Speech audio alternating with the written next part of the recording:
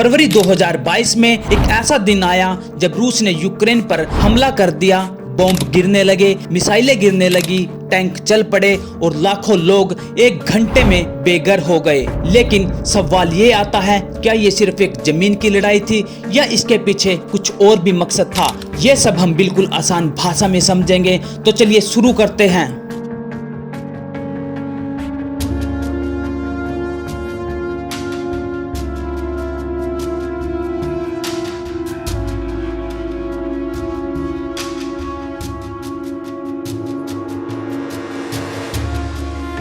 सबसे पहले समझना जरूरी है कि यूक्रेन पहले एक इंडिपेंडेंट देश नहीं था। 1991 से पहले यूक्रेन सोवियत यूनियन का पार्ट था। सोवियत यूनियन एक बहुत बड़ा ग्रुप था जिसमें रशिया के अलावा और भी 15 देश शामिल थे, जो 1970 से लेकर 1991 तक चला। लेकिन 1991 में सोवियत यूनियन टूट गया और अलग अलग देश बन गए। उनमें से एक देश था यूक्रेन।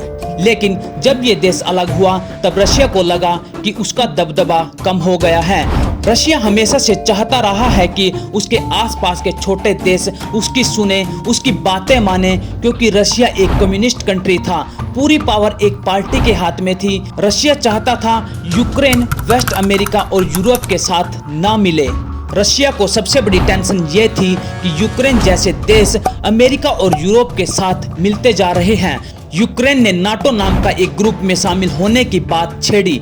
नाटो एक मिलिट्री ग्रुप है जिसमें अमेरिका और यूरोप के कई पावरफुल देश आते हैं। रशिया को डर था कि अगर यूक्रेन नाटो में चला गया तो उसके दरवाजे पर उसके दुश्मन आ जाएंगे, यानी नाटो के एक्सपेंशन का डर। रशिया को लगता है कि NATO, North Atlantic Treaty Organization, उसके बॉर्डर के करीब आ रहे हैं। अगर यूक्रेन नाटो का हिस्सा बन जाता है तो रशिया के डायरेक्ट बॉर्डर पर नाटो के मिलिट्री बेस और मिसाइलें आ सकती थी, जो उसकी सिक्योरिटी के लिए खतरा होता। 2014 के बाद यूक्रेन ने यूरोप और नाटो के साथ अपने टाई स्ट्रॉन्ग करना शुरू किए। रशिया को यह पसंद नहीं था क्योंकि वो यूक्रेन को अपना इन्फ्लुएंस जोन का एक पार्ट मानता है। इसके अलावा एक और वजह है कि यूक्रेन एक नेचुरल रिसोर्सेज से भरा हुआ देश है। यहाँ वीट, ऑयल, गैस जैसे कई इंपॉर्टेंट चीजें मिलती हैं। रशिया के लिए यूक्रेन सिर्फ एक पड़ोसी देश नहीं है बल्कि एक स्ट्रेटेजिक जगह भी है जिसे वो छोड़ना नहीं चाहता।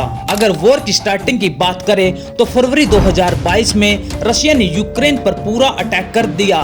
रशिया का कहना था कि वो यूक्रेन को नाजी से आजाद कराना चाह रहा है, लेकिन असल में ये एक बहाना था। रशिया चाहता था कि यूक्रेन उसकी बात माने और वेस्टर्न कंट्री के देशों से दूर रहे।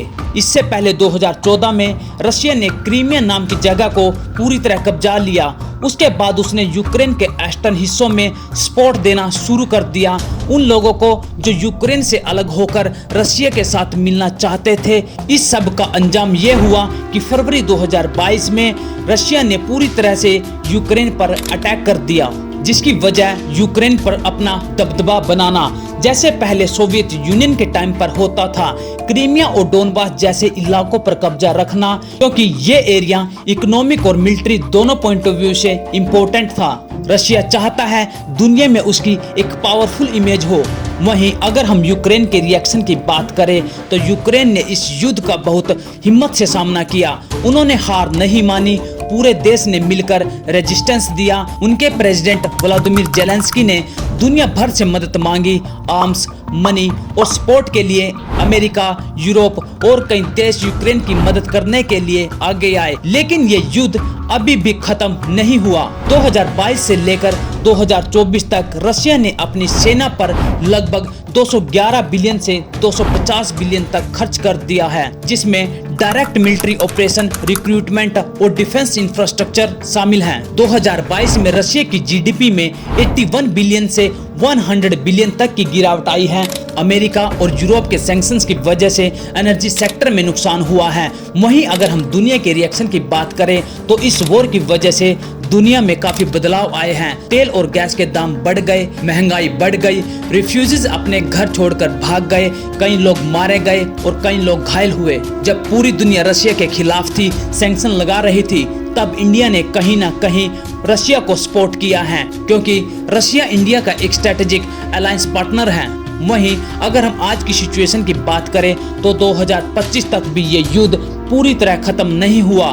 रशिया कुछ एरिया पे कंट्रोल बना चुका है, लेकिन यूक्रेन अब भी लड़ाई कर रहा है। दुनिया इस कॉन्फ्लिक्ट को रोकना चाहती है, लेकिन दोनों तरफ से कोई भी पीछे हटने को तैयार नहीं है। ये वॉर सिर्फ जमीन या एरिया के लिए नहीं है, ये एक पावर की लड़ाई है। रशिया चाहता है कि उसके आसपास के देश उसकी बात माने। यूक्रेन चाहता है कि वो एक आजाद देश बने जिसे अपने फैसले लेने की पूरी फ्रीडम हो। तो दोस्तों, ये थी रशिया और यूक्रेन के वॉर की वजह। तो दोस्तों, अगर वीडियो अच्छी लगी हो तो वीडियो को लाइक शेयर सब्सक्राइब जरूर करें। धन्यवाद।